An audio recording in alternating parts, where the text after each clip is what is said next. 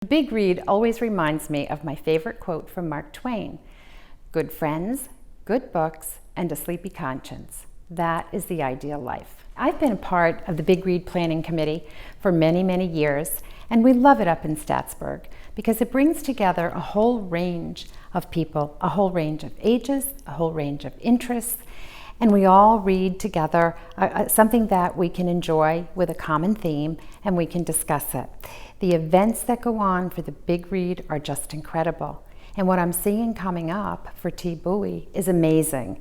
People will be enjoying all kinds of cultural events and discussions about some sensitive topics.